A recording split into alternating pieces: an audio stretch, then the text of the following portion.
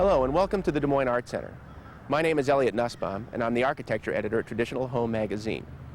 You see before you a unique achievement in 20th century architecture, a collaboration by three of the most noteworthy architects of modern times, Eliel Saarinen, I.M. Pei, and Richard Meier. The Edmondson Trust was established in 1933 to pay for a new museum for Des Moines. But it wasn't until after World War II that plans for a new art museum really began to take shape. Eliel Saarinen first achieved fame in his native Finland and built upon that reputation after moving to the United States in 1923. It was his unbuilt design for the Smithsonian Art Gallery that first attracted local attention as the centerpiece of an exhibition in Des Moines organized by the Fine Arts Association in 1939. 5 years later, as the search for an architect to design the museum began in earnest, Eliel Saarinen was the only architect to receive serious consideration for the job.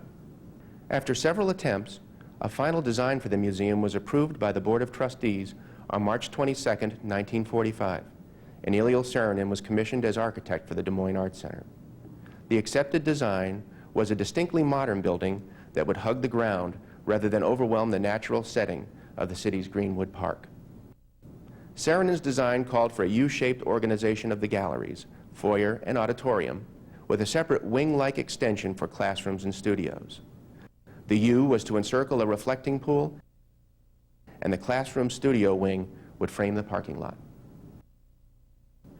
The interiors offered large rambling spaces, starting with the spacious foyer and moving into the galleries.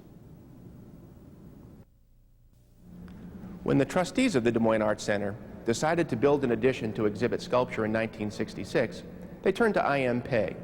Pei had already built an enviable reputation as an architect and was about to emerge as one of the most significant designers of museums in the world. Among Pei's best-known projects are the East Wing of the National Gallery in Washington, D.C., and an addition and renovation of the Louvre in Paris. Pei's proposal was a wing built across the open end of Saarinen's U-shaped building on its south side. By choosing this gently sloping site, Pei was able to design a dramatic two-story gallery with a spectacular south-facing facade without overwhelming Saarinen's low-lying building.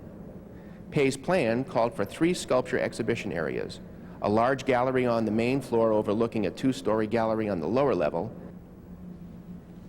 and a small gallery at the west end of the main floor. An auditorium was designed for the space immediately under the main floor.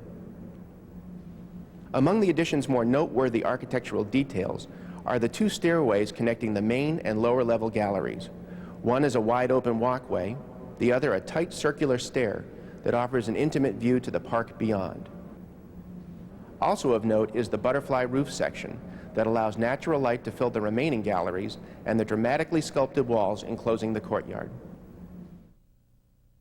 As the collection and programs at the Des Moines Art Center grew in the 1970s and early 1980s, it became increasingly clear that the museum needed more exhibition space, especially for larger scale contemporary works, such as this untitled work by Anselm Kiefer. A competition to design a second addition to the Des Moines Art Center was held, and Richard Meier was chosen from a group of internationally prominent architects. To meet the museum's need for an additional 28,000 square feet of space, without totally eclipsing Saarinen's original building, Meier's plan called for dividing his addition into 3 parts: a restaurant meeting room in the courtyard, a small gallery on the west end of the Saarinen building, and a pavilion for the permanent collection and temporary exhibitions. Meier used granite cladding for the first time in Des Moines to offset his signature white panels, and also set his addition on a granite base that is complementary to Saarinen's Lannenstone. The pavilion's highly sculptural exterior includes numerous cutouts and cutaways, enhancing the already dramatic geometry of the building while creating dynamic interior shapes as well as usable outdoor spaces in the voids.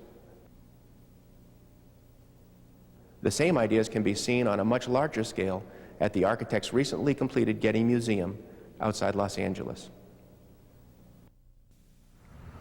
Now, when you visit the Des Moines Art Center to enjoy the museum's outstanding collection of art, I hope you'll also take this opportunity to enjoy the museum's outstanding collection of architecture.